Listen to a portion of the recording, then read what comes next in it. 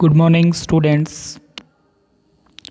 Directorate Higher Education Haryana provides video lectures for BA 5th semester Political Science session 2020-21.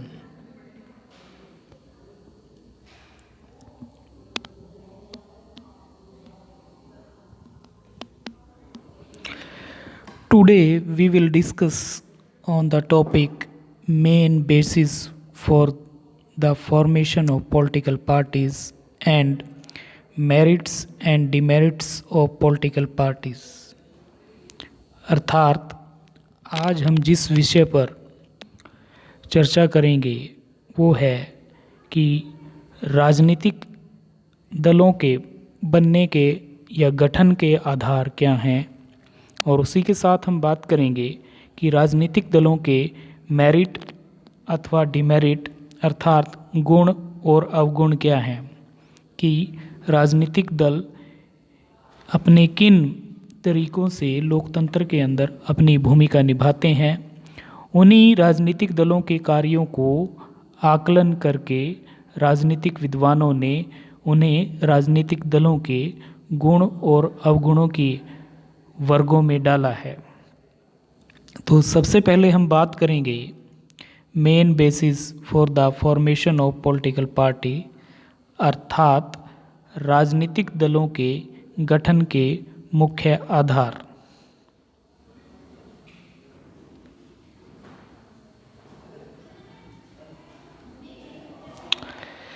वर्तमान युग लोकतंत्र का युग है और लोकतंत्र में राजनीतिक दल बनना स्वाभाविक है। प्रकृति ने किन्हीं दो व्यक्तियों को समान नहीं बनाया। प्रत्येक व्यक्ति के सोचने तथा कार्य करने का ढंग अलग अलग है। विभिन्न लोगों के भिन्न भिन्न मत होते हैं, परंतु उनमें कई लोगों के विचार आपस में कई परिस्थितियों में मिल जाते हैं जो उन्हें एक दूसरे के निकट लाने में सहायता करते हैं। यही एक मत प्राय राजनीतिक दल के निर्माण का आधार बन जाता है। इस प्रकार भिन्न भिन्न मत रखने वाले लोग अपने को भिन्न भिन्न राजनीतिक दलों में गठित कर लेते हैं। राजनीतिक दलों के गठन के मुख्य आधार इस प्रकार हैं। जो फर्स्ट बेस है पॉलिटिकल पार्टी बनने का वो है साइकोलॉजिकल और नेचुरल बेस अर्थात मनोवैज्ञानिक एवं प्राकृतिक आधार, जिससे अभिप्राय है कि राजनीतिक दलों की उत्पत्ति का मुख्य आधार मनुष्य का स्वभाव तथा उससे उत्पन्न होने वाले विचारों पर है। कुछ व्यक्ति स्वभाव से ही रूढ़िवादी होते हैं और वे समाज में किसी प्रकार का परिवर्तन नहीं चाहते। दूसरी ओर कुछ लोग स्वभाव से प्रगतिवादी होते हैं और वे समाज में परिवर्तन और सुधार लाने के पक्ष में होते हैं। इसी प्रकार कुछ व्यक्ति ऐसे भी होते हैं जो अतीत के समाज को आदर्श मानते हैं और समाज में उन परिस्थितियों को वापस लाने के पक्ष में होते हैं। उन्हें प्रतिक्रियावादी कहा जाता है।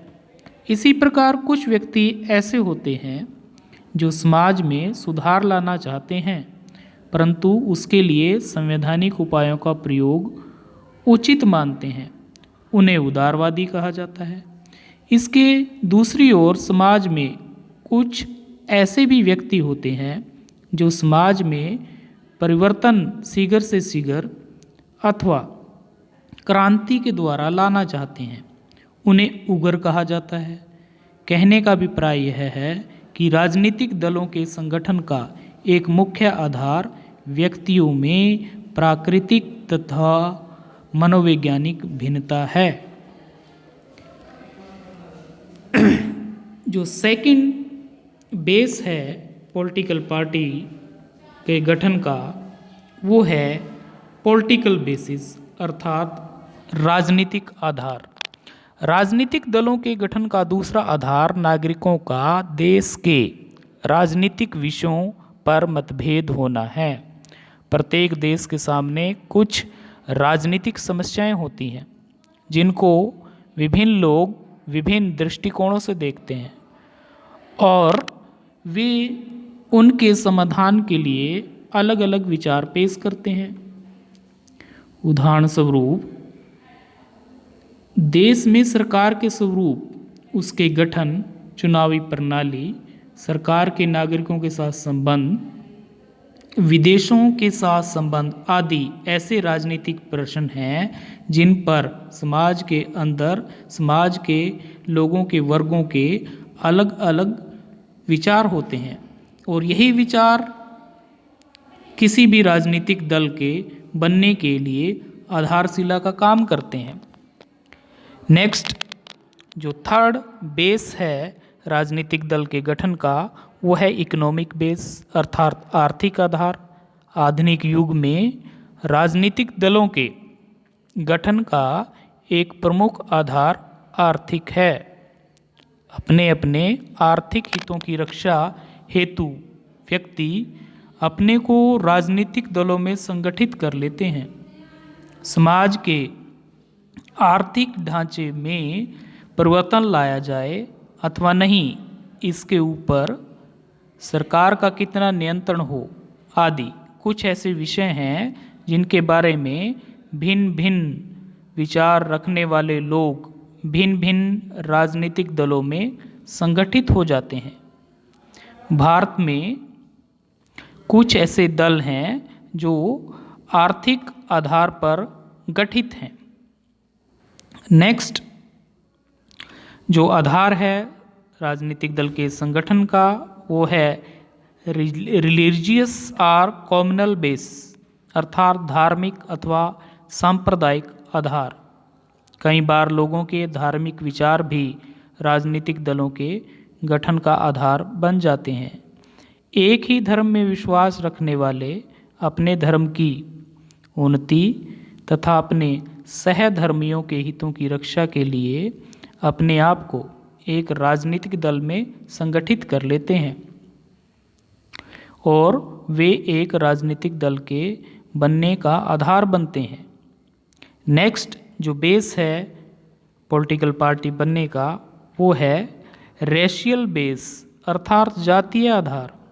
राजनीतिक दलों का एक आधार जाति भी है। एक ही जाति के लोग अपनी तथा अपनी जाति के हितों की रक्षा के लिए अपने आप को एक राजनीतिक दल में गठित कर लेते हैं और इस प्रकार राजनीतिक दल तैयार हो जाता है। तो वर्तमान समय में विश्व के सभी देशों में लोकतंत्रीय प्रणाली के तहत व्यवस्थाएं चल रही हैं और लोकतंत्रीय प्रणाली के अंदर राजनीतिक दल बनना स्वाभाविक है, क्योंकि राजनीतिक दल एक मंच होता है जहां से आम जनता अपने विचारों को सरकार के समक्ष प्रस्तुत करती है और इनके ये जो प्रमुख बेस अर्थात आधार जिन पर हमने बात की है, वो है मनोवैज्ञानिक अथवा प्राकृतिक आधार, राजनीतिक आधार, आर्थिक आधार, धार्मिक अथवा सांप्रदायिक आधार, जातीय आधार। नेक्स्ट, अब हम बात करेंगे मेरिट ऑफ पॉलिटिकल पार्टीज की राजनीतिक दलों के गुण क्या हैं जिनके आधार पर एक राजनीतिक दल समाज में अपनी भूमिका निभाते हैं और लोकतंत्रीय प्रणाली में अपनी एक अहम जो भूमिका है जनमत तैयार करने में, सरकार के गठन करने में और जनता को उनके हित सुरक्षित रखने के लिए एक वातावरण तैयार करने के लिए। राजनीतिक दलों के गुणों का वर्णन इस प्रकार है। सबसे पहला जो मेरिट बनता है एक राजनीतिक दल का, वो है to check despotism of the government अर्थात सरकार की निरंकुशता को रोकना सबसे पहला राजनीतिक दलों का जो एक काम बनता है, जो सभी राजनीतिक दल करते हैं एक लोकतंत्रीय प्रणाली के अंदर, वो है विपक्ष के रूप में भूमिका निभाकर सत्ता पक्ष को तानाशाह होने से रोकना।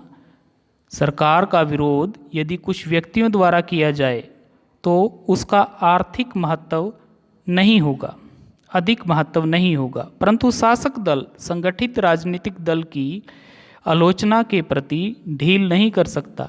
जिस देश में विपक्ष मजबूत नहीं होगा वहाँ शासक दल अपनी मनमर्जी करके लोगों के अधिकारों पर कुठारघात करेगा। इसलिए विपक्ष में जो भी राजनीतिक दल होता है वो सरकार की समय समय पर आलोचना करके उसको निरंकुश होने से बचाता है और जनता की भलाई का ये काम राजनीतिक दल के द्वारा होता है। जो सेकंड मेरिट है पॉलिटिकल पार्टी का वो है useful for a stable government, अर्थात स्थायी सरकार के लिए उपयोगी। राजनीतिक दलों का सबसे बड़ा गुण यह है कि वे सरकार को स्थायित्व प्रदान करते हैं। यदि राजनीतिक दल न हो तो भिन्न भिन्न विचारों के व्यक्ति स्थायी सरकार स्थापित नहीं कर सकते। मतभेद रखने वाले लोग भी राजनीतिक दल में सम्मिलित होकर कुछ सिद्धांतों पर सहमत हो जाते हैं। इसी सहमति के कारण ही शासक दल अपनी शासन नीति के विषय में एक मत रखता है और इस कारण सरकार भी स्थिर बनती है। दल की एकता सरकार को शक्ति प्रदान करती है। थर्ड मेरिट है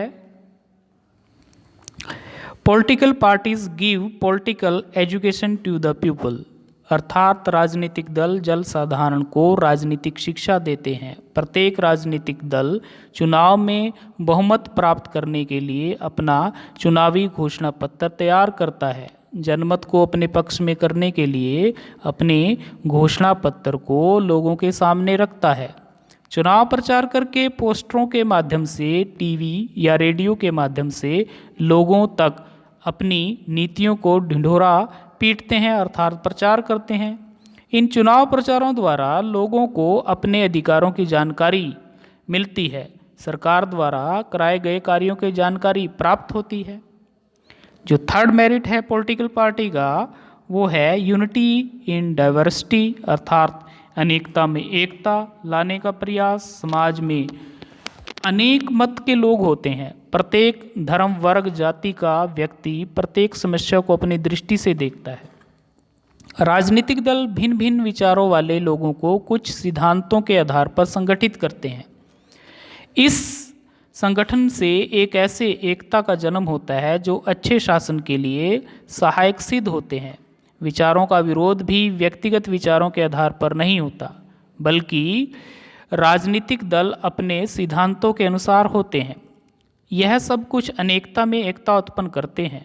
भारत जैसे देश में जहां बहुत सारी विभिन्नताएं पाई जाती हैं, राजनीतिक दलों द्वारा ही उन्हें एकता प्रदान की जाती है। नेक्स्ट मेरिट है link between people and the government. जनसाधारण और सरकार के बीच पुल का काम, एक लिंक का काम, जोड़ने या सहायक एक योजक का काम करता है एक राजनीतिक दल। राजनीतिक दल लोगों और सरकार के बीच संपर्क स्थापित करने का महत्वपूर्ण साधन है। राजनीतिक दल सरकार द्वारा बनाए गए कानूनों को जन साधारण तक पहुंचाते हैं और लोगों की प्रतिक्रिया सरकार को बताते हैं। शासक दल सरकार की नीतियों कार्यक्रमों की प्रशंसा करता है, जबकि विपक्षी दल उसकी नीतियों की आलोचना करता है। इस प्रकार दल मतदाताओं और विधानमंडल में भी संपर्क का कार्य करता है। राजनीतिक दलों द्वारा ही सरकार लोगों के सहयोग की मांग कर सकती है और राजनीतिक दल ही लोगों की मांगों को सरकार तक पहुंचा सकते हैं।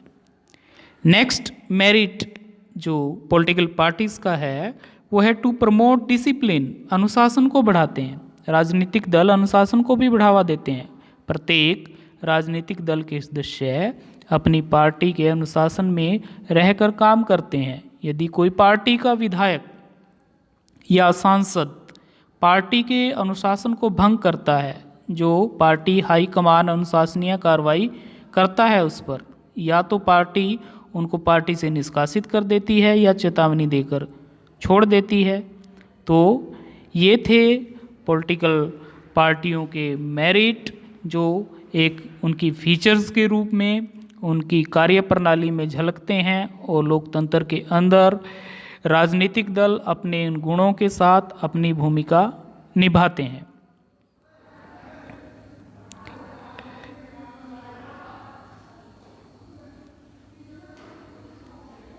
नेक्स्ट हम अब बात करेंगे डिमेरिट्स ऑफ पॉलिटिकल पार्टीज, अर्थात राजनीतिक दलों के दोष। कुछ ऐसी बातें हैं जो राजनीतिक दलों की कार्यप्रणाली में राजनीतिक विद्वानों के सामने पाई गई हैं, उनके रिसर्च में, उनके अनुसंधान में पाई गई हैं, जो एक लोकतांत्रिक व्यवस्था के लिए सही नहीं है। उन्हीं बातों को राजनीतिक दलों के दोष, डिमेरिट के रूप में प्रस्तुत किया गया है, जिनमें से कुछ मेन जो महत्वपूर्ण है उनका वर्णन यहाँ आपके समक्ष है। जो पहला डिमेरिट है राजनीतिक दलों का वर्तमान समय में, वो है इंक्रीज इन करप्शन, भ्रष्टाचार में वृद्धि। राजनीतिक दल भ्रष्टाचार को बढ़ावा देते हैं। चुनाव के समय राजनीतिक दल लोगों को, वोटरों को अपनी तरफ आकर्षित करने के लिए अनुचित साधनों का प्रयोग करते हैं। धन, शराब और कई तरह की चीज़ें खुलकर बांटी जाती है। चुनाव जीतने के बाद दूसरे राजनीतिक दलों में सेंध लगाने के लिए विधायकों की खरीद फरोख्त की जाती है, जो कि एक लोकतंत्रीय प्रणाली के लिए, जनता के जनमत के लिए, जनता की विचारधारा के लिए, जनता के विश्वास के लिए एक घातक बात सिद्ध हो रही है। सेकंड डिमेरिट है प्रमोट कम्युनलिज्म, अर्थात सांप्रदायिकता को बढ़ावा देना। कई देशों में राजनीतिक दल धर्म, भाषा, जाति के आधार पर बनते हैं। ऐसे राजनीतिक दल संप्रदायवाद, जातिवाद, क्षेत्रवाद और राजनीति, इन सभी इज़मवाद को राजनीति का आधार बनाकर राजनीति करते हैं, जो राष्ट्रीय हित के लिए हानिकारक है। वोट बैंक की राजनीति करने के लिए एक संप्रदाय को दूसरे संप्रदाय, जाति के विरुद्ध भड़का देते हैं। एक जाति या धर्म के लोग दूसरे धर्म, जाति को अपना शत्रु समझते हैं। भारत व पाकिस्तान जैसे देशों में इस प्रकार की राजनीति के कई एग्जाम्पल मिलते हैं। नेक्स्ट जो डिमेरिट है पॉलिटिकल पार्टी का, वो है less possibility of continuity in governments policies and programs. नीतियों में निरंतरता की कम संभावना। चुनाव में जब एक राजनीतिक दल बहुत बहुमत प्राप्त कर लेता है और सरकार चलाने के लिए अपनी नीतियां, कार्यक्रम तैयार करता है, परंतु आगामी चुनाव जब होते हैं और कोई दूसरा राजनीतिक दल बहुमत प्राप्त कर लेता है, वह पहले वाले शासक दल की नीतियों को रद्द कर देता है और अपनी अलग से नीतियां बनाता है। इसलिए सरकार की नीतियों में निरंतरता नहीं रहती, जिसका दुष्परिणाम देश के विकास पर पड़ता है। जो योजनाएं लंबे समय से चली हुई थी या जिन योजनाओं की तत्कालीन देश की जनता को ज़रूरत होती है, वो या तो शुरू नहीं हो पाती, शुरू हुई हैं तो बीच में रुक जाती हैं। तो इसलिए राजनीतिक दलों के व्यवहार के कारण जो एक व्यवस्था के अंदर जो नीतियां और योजना आम जनता को चाहिए होती है, वो उनकी निरंतरता में कमी हो जाती हैं या रुक जाती हैं, जो एक लोकतांत्रिक व्यवस्था के लिए या जनता के विकास के लिए हानिकारक सिद्ध होती है। नेक्स्ट डिमेरिट है talented and able person do not come forward. बुद्धिमान और योग्य व्यक्ति आगे नहीं आते। राजनीतिक दलों में राजनीतिक दल चुनाव में उन व्यक्तियों को ही टिकट देते हैं जो उनकी नीतियों में अंधविश्वास रखते हों और इसके अतिरिक्त दल को पैसा देते हों। बुद्धिमान व्यक्ति न तो अंधविश्वासी हो सकता है और न ही इतने धनी कि वे चुनावी टिकट के लेने के लिए किसी राजनीतिक दल को पैसा दें। इसलिए बुद्धिमान और योग्य व्यक्ति राजनीति से दूर रहने का ही सोचते हैं, जिसके कारण एक लोकतांत्रिक व्यवस्था को सही नेतृत्व मिलने की कम संभावना होती है, जो लोकतंत्र के लिए हानिकारक है। नेक्स्ट जो डिमेरिट है पॉलिटिकल पार्टीज का, वो है criticism for the sake of criticism, अर्थात आलोचना सिर्फ आलोचना के उद्देश्य से करते हैं, उसमें तर्क हो या ना हो। लोकतंत्रीय सरकार में राजनीतिक दल आलोचना केवल आलोचना के लिए करते हैं। विपक्षी दल सरकार की आलोचना गुणों के आधार पर नहीं करते, अपनी सस्ती लोकप्रियता हासिल करने के लिए करते हैं। उनका उद्देश्य केवल पार्टी के हितों की देखभाल करना है, न कि देश के हितों की, जिससे लोकतंत्र की जो एक सम्मान है उसको ठेस पहुंचती है। जनमत तैयार करने में कठिनाई आती है और जनता गुमराह होती है, जनता गलत साइड जाती है, जनता के जो एक जनमत सही बनना चाहिए था लोकतांत्रिक प्रणाली के तहत, वो नहीं बन पाता। नेक्स्ट अगला डिमेरिट है good laws are less possible, अच्छे कानूनों की कम संभावना। राजनीतिक दल स्वार्थी होते हैं, स्वार्थी हितों को सम्मुख रखकर कानून का निर्माण होता है। बहुमत दल जनमत को अपने पक्ष में करने के लिए कानूनों का निर्माण स्वेच्छा से करेगा। ऐसे कानून जो दलबंदी की भावना से और वोट बैंक की राजनीति से किए जाते हैं, वो समस्त जन सामान्य की इच्छा के प्रतीक नहीं हो सकते, जिसके कारण एक सही, उपयुक्त और एक समाज को दिशा निर्देश वाले कानून नहीं बन पाते। तो ये थे डिमेरिट्स जो एक लोकतंत्रीय प्रणाली में राजनीतिक दलों के बीच में या उनसे उनके व्यवहार से झलक रहे हैं, जो लोकतंत्र के लिए हानिकारक हैं, क्योंकि भ्रष्टाचार किसी भी राजनीतिक व्यवस्था को खोखला कर देता है। भ्रष्टाचार से ही सारी बुराइयां समाज में पैदा होती है, मानवीय मूल्यों का ह्रास होता है, राजनीति का स्तर गिरता है, छींटा कसी की राजनीति शुरू होती है, खरीद फरोख्त शुरू होती है, जो नैतिक रूप से, सामाजिक रूप से, आर्थिक रूप से या मनोवैज्ञानिक रूप से किसी भी स्तर से एक समाज के लिए सही नहीं है। और संप्रदाय को बढ़ाना तो समाज में एक जहर फैलाने की तरह है।